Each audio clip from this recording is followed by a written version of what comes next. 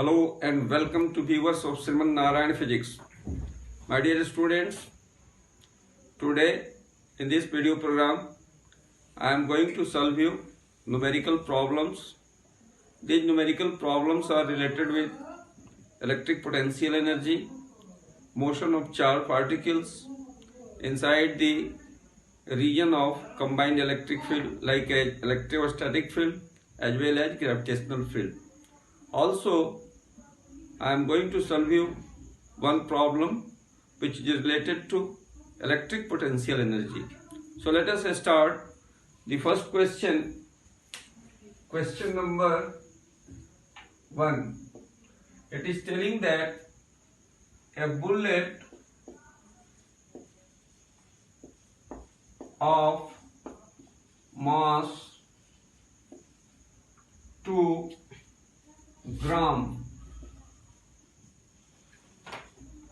is moving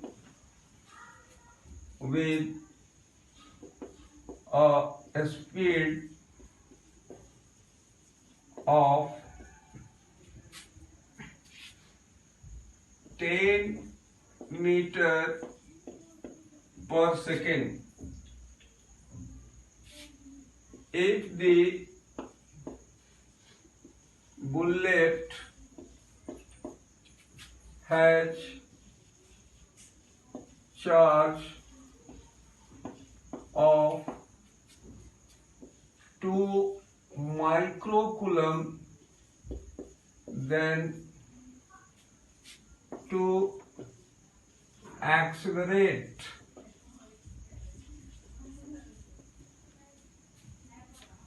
it from rest, what will be the value of electric potential?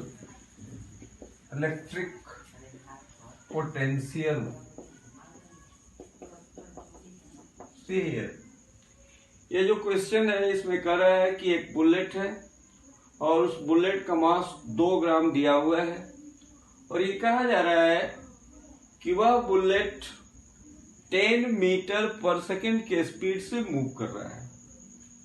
अब ये कहा जा रहा है कि ये जो बुलेट है इस पर चार्ज 2 माइक्रो कूलम का है और इस बुलेट को यदि रेस्ट से एक्सेलरेट करना हो ताकि उसकी स्पीड वही हो जाए, कहता है it has got the charge of 2 micro coulomb, then to accelerate from rest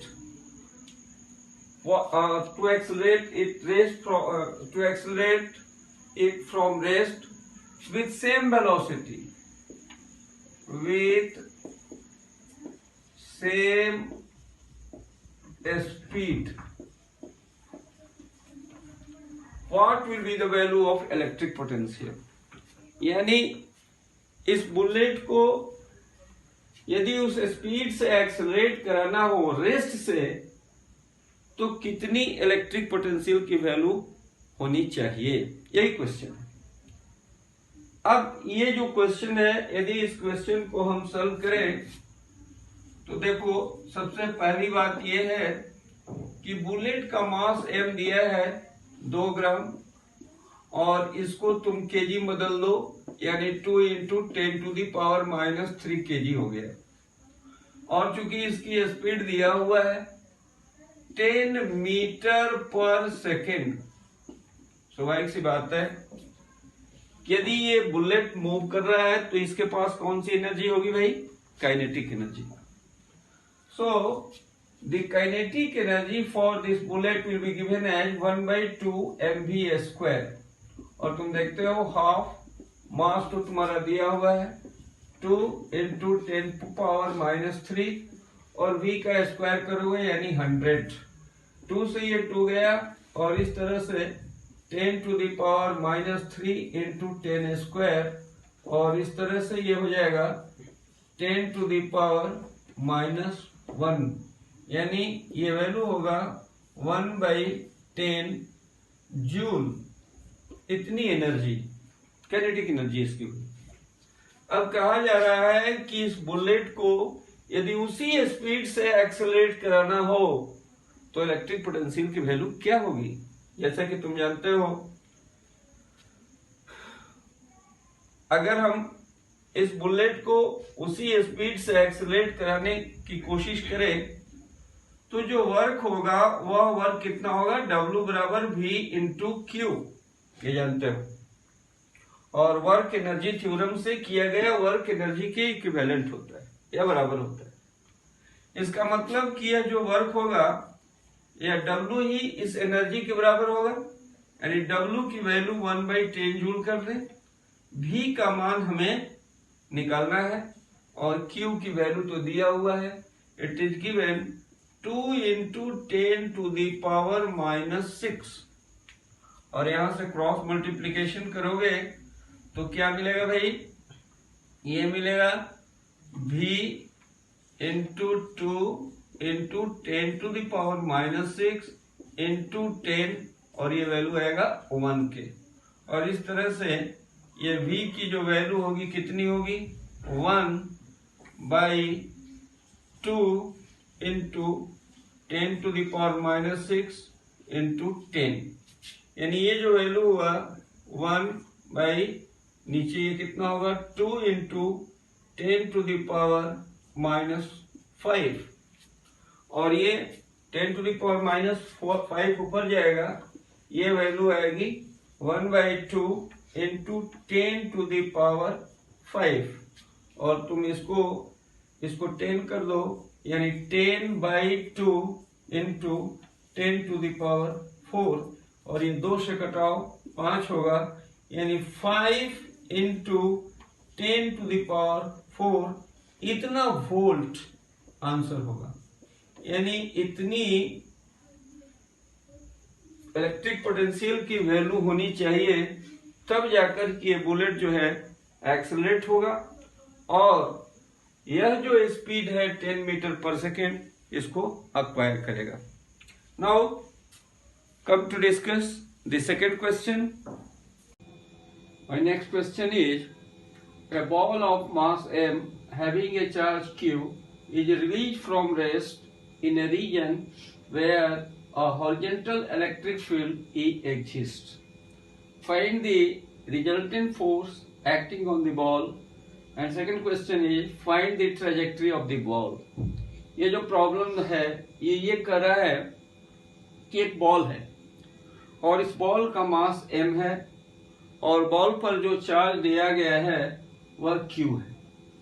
अब यह जो बॉल है यह रेस्ट से, यानी इसकी इनिशियल वेलोसिटी 0 है, एक ऐसे रीजन में मूव करने की कोशिश कर रहा है जिस रीजन में एक इलेक्ट्रिक फील्ड एग्जिस्ट कर रहा है और जो इलेक्ट्रिक फील्ड एग्जिस्ट कर रहा है उसका फील्ड स्ट्रेंथ E है और ये जो डायरेक्शन है वह हॉरिजॉन्टल डायरेक्शन में बॉल पर ये जो फील्ड का डायरेक्शन है वह हॉरिजॉन्टल डायरेक्शन है, यानी this field E is acting in horizontal direction. ऐसी स्थिति में ये इसमें 2 क्वेश्चन है। पहला क्वेश्चन ये कर रहा है कि बॉल पर जो रिजल्टेंट फोर्स लगेगा उसको कैलकुलेट करो और दूसरा इसी में क्वेश्चन है कि बॉल की ट्रेजेक्ट्री क्या होगी, यानी बॉल जो मूव करेगा उसके मोशन का जो पाथ होगा वो कैसा होगा, इस चीज को हमें एनालाइज करना है। चलो इसको हम लोग सॉल्व करते हैं।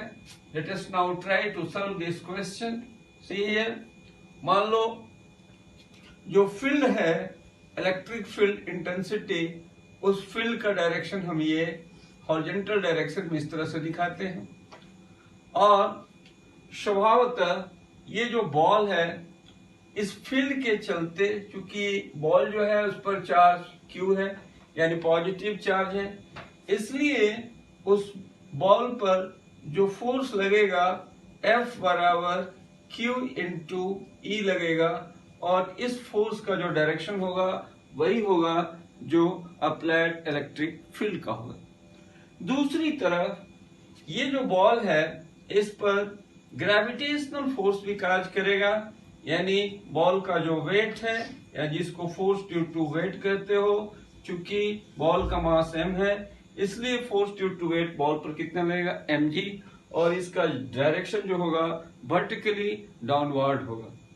अब क्लियर बात है कि ये जो दो फोर्सेस हैं ये दोनों फोर्सेस अपना अलग अलग प्रभाव दिखाएंगे और इन दोनों फोर्स के बीच की जो एंगल होगी वह 90 डिग्री होगी। ऐसी स्थिति में हम इसको निकाले हैं रिजल्टेंट फोर्स। तो इलेक्ट्रिक फील्ड के जल्द जो फोर्स हुआ उस फोर्स को हम यदि F1 मान लें तो F1 की जो वैल्यू होगी Q इंटू ई होगी, और जो ग्रेविटेशनल फोर्स या फोर्स ड्यू टू वेट होगा उसकी वैल्यू mg होगी।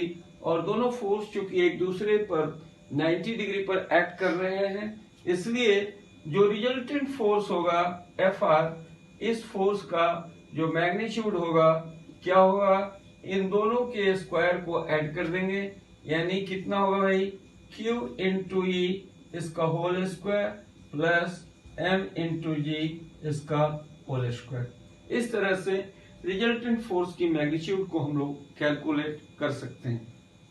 अब जो दूसरा क्वेश्चन है find the trajectory of the ball, यानी बॉल जो मूव करेगा उसके पाथ का नेचर क्या होगा। हम कल्पना करते हैं कि किसी खास समय में बॉल की जो पोजीशन होती है वह ये बॉल की पोजीशन है और इस पॉइंट को हम P मान लेते हैं, और ये जो पोजीशन है इसको XY मान लेते हैं, और ये बॉल जो है T सेकेंड के बाद इसकी पोजीशन में। मतलब ये हुआ कि T सेकेंड के पश्चात इस बॉल के द्वारा ये जो डायरेक्शन है पॉजिटिव x डायरेक्शन है, और इधर की जो डायरेक्शन है इसको हम y डायरेक्शन मान लेते हैं। तो T सेकेंड के बाद इसके द्वारा इस डायरेक्शन में जो दूरी तय की गई वह x है, और इस डायरेक्शन में वर्टिकली डाउनवर्ड डायरेक्शन में जो दूरी तय की गई वह y है। और यदि यह स्थिति है तो बारी बारी से हम इसको कैलकुलेट करें। तुम देख सकते हो हॉरिजॉन्टल डायरेक्शन में जो फोर्स लग रहा है वह QE लग रहा है। अब हम क्या करेंगे कि इस फोर्स के चलते कितना एक्सेलरेशन प्रोड्यूस होगा इसको हम लोग कैलकुलेट करेंगे। तो एक्सेलरेशन जो होगा A बराबर क्या होगा भाई फोर्स बाई मास। तो फोर्स कितना लगा भाई Q इंटू ई, और जो ये बॉल है उस पर उसका मास m है इसलिए जो एक्सेलरेशन होगा क्या होगा Fa बराबर Q times E divided by m। अब तुम फार्मूला जानते हो S is equal to UT plus half AT square. चूंकि ये बॉल रेस्ट से चल रहा है इसलिए उसकी इनिशियल वेलोसिटी 0 होगी, और यदि इनिशियल वेलोसिटी 0 होगी तो T सेकेंड के बाद इस डायरेक्शन में जो दूरी इसके द्वारा तय की जाएगी वह दूरी x बराबर कितना होगा 1/2 into a into T square, और इस तरह से हम इसको लिखेंगे 1/2 और a की जगह पर क्या लिखेंगे हम Q into E divided by m into T square. इसको हम इक्वेशन नंबर 1 मान लेते हैं। अब जरा देखो जो फोर्स ड्यू टू वेट है जो mg है इसके चलते ये वर्टिकली डाउनवर्ड डायरेक्शन में जो दूरी तय कर रहा है इस दूरी को हमने y माना। अब y बराबर कितना होगा भाई, चूंकि y बराबर h equal to UT plus half GT square ये नीचे गिर रहा है, और इसलिए g की जो वैल्यू है एक्सेलरेशन ड्यू टू ग्रेविटी की वैल्यू होती है उसको हम लोग पॉजिटिव लेते हैं, और किसी भी गिरने वाली वस्तु के लिए इनिशियल वेलोसिटी 0 ली जाती है, इसलिए y का जो वैल्यू होगा 1/2 और यहाँ पर सिर्फ acceleration due to gravity GT square होगा, और इसको हम लोग इक्वेशन नंबर 2 मान लें। अब इक्वेशन 1 में 2 को डिवाइड करें। यदि इक्वेशन 1 में 2 से डिवाइड करेंगे तो हमें क्या मिलेगा भाई equation 1 divided by equation 2। Equation 1 में इक्वेशन 2 से डिवाइड करें क्या मिलेगा भाई x by y, x divided by Y.